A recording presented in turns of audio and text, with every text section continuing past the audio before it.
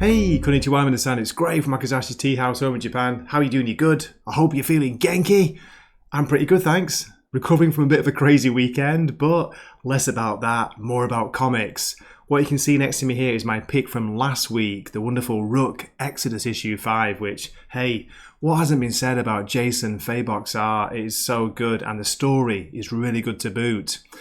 Before I get on with my picks for this week, I want to tell you, like last week, there was also Boy Wonder issue 5 from DC, enjoyed that, Junie Barr. We had Get Fury issue 5, Garth Ennis, Jason Burrows. A bit dialogue heavy, but still some great scenes with Nick Fury, who had been beaten to a pulp in the Hanoi Hilton, the Viet Cong jail, but he was still standing, still fighting, still being badass.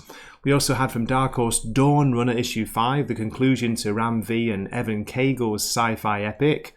Then from Image, well, I say Rook Exodus, but the last one is Titan Books, the wonderful Conan the Barbarian, Battle of the Black Stone, issue 1, start of a new miniseries. So yeah, they were my picks from last week. Let me get on with the picks for this week, which will be a release date of Wednesday, September the 11th, 2024. I've got 1 from DC, 3 from Marvel, and a few indies to boot. So without further ado, let's get on with Gray's hot new comic picks for this week. And starting with DC, as usual, I've got 1 pick. It is Batman, Gotham by Gaslight, the Kryptonian Age, issue 4, $4.99. This is written by Andy Diggle with art by Leandro Fernandez. In its search for ancient relics, the League of Assassins encounters the new bearer of the Jade Ring of Zhong Li, Alan Scott. Meanwhile, in Metropolis, passionate reporter Lois Lane sets out for Kansas to investigate the robber baron looking to buy the Daily Planet, Lex Luthor. I like the art in this, I like the world building, it feels like it's building up a very big world, so yeah, I'm going to keep going with this, I'm enjoying it as an Elseworlds title, and I do like Andy Diggle's writing. I've got 3 picks from Marvel. The first one is Uncanny X-Men issue 2, written by Gail Simone, with art by David Marquez. This is $4.99. It says, "Who are the outliers? From the Ashes" continues as Rogue, Gambit and Wolverine welcome a friend back, just in time to face 4 uncontrollable and wild mutants in the swamps of Louisiana. But with the mutant community disheartened and fractured, will even the Uncanny X-Men be enough to stop them? Something huge is starting and it begins right here. I've actually chosen one of the variant covers to show you here. This is by Luciano Vecchio, the Gambit variant, because the main cover is not very impressive, sorry to say. Are you reading Uncanny X-Men? If so, what do you think of it so far? Yes, I know there's only been 1 issue, but I thought it was pretty fun, the first issue.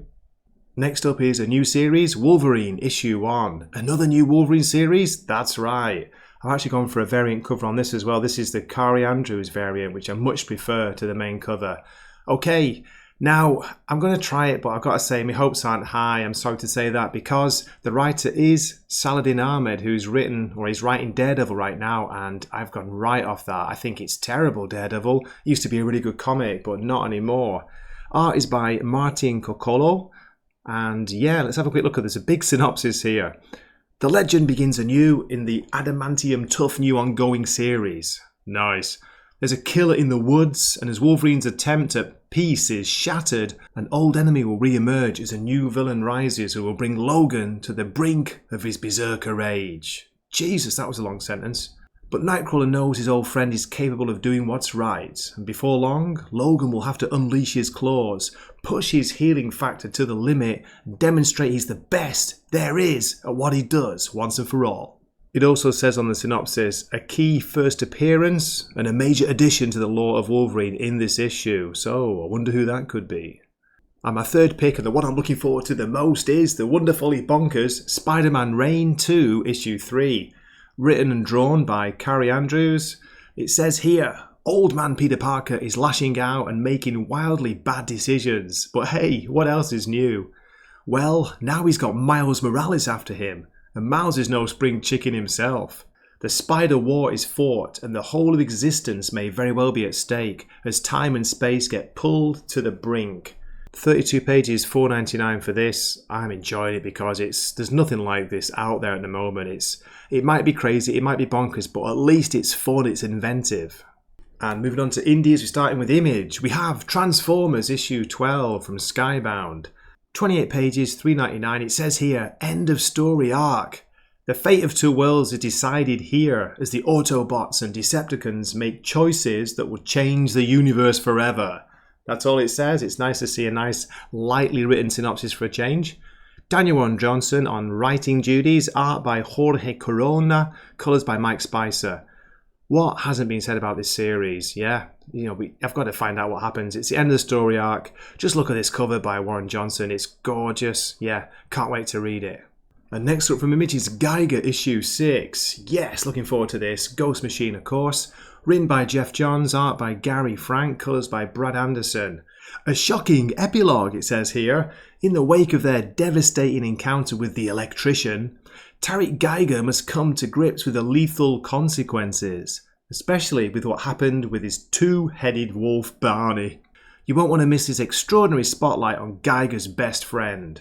Come on, the art in this by Gary Frank is amazing. Love the story. It's so much, so exciting. I'll say so much fun.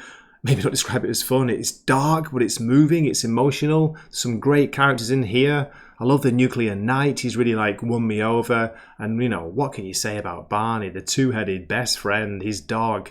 We love Barney. And now if you're looking for weird space fantasy, sci-fi, give a look at this. Precious Metal issue 4 is out.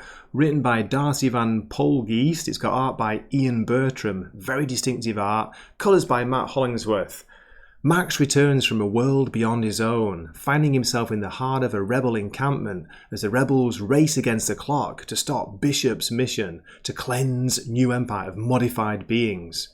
If you can make sense of that synopsis, wow, you're a smarter man than me. But yeah, this has just been so inventive again. I like the title for a start, Precious Metal. It gives off heavy metal vibes, the classic heavy metal. So if you're looking for a bit of, as I say, space opera, sci-fi, weirdness, a little bit trippy at times, maybe have a look at this. But it is a bit pricey.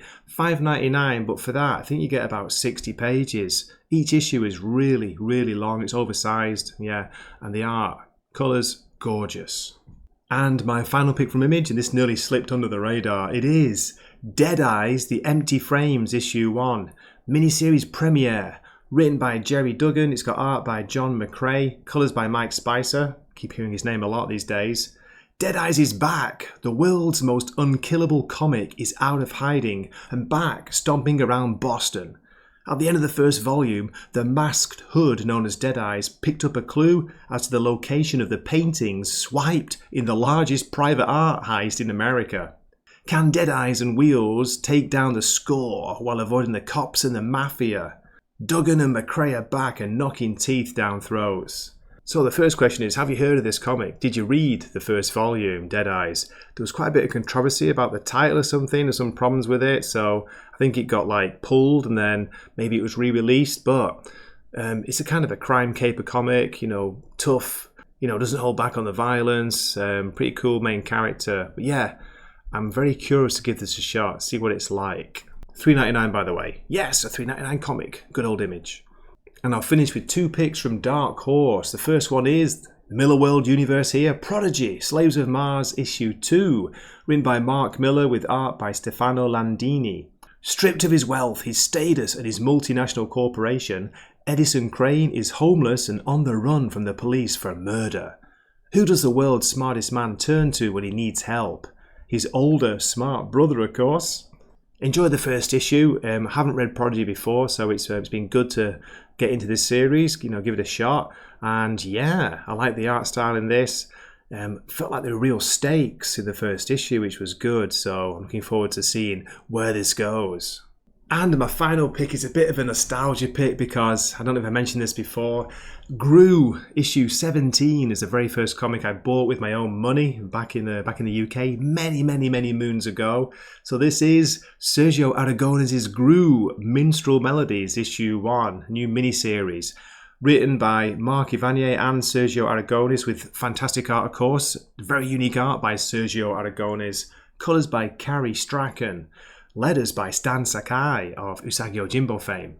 The Grooverse's hapless wandering minstrel and his smart daughter, Kaylee, roam the land. Travelling from town to town, they sing tales of Gru wherever they go, bringing laughter, joy, and lessons to the townsfolk. and hopefully some copings to their pockets. Aragonis and Evanier begin another epic, hilarious Gru series with colours by Carrie Strachan, letters by Stan Sakai. Okay.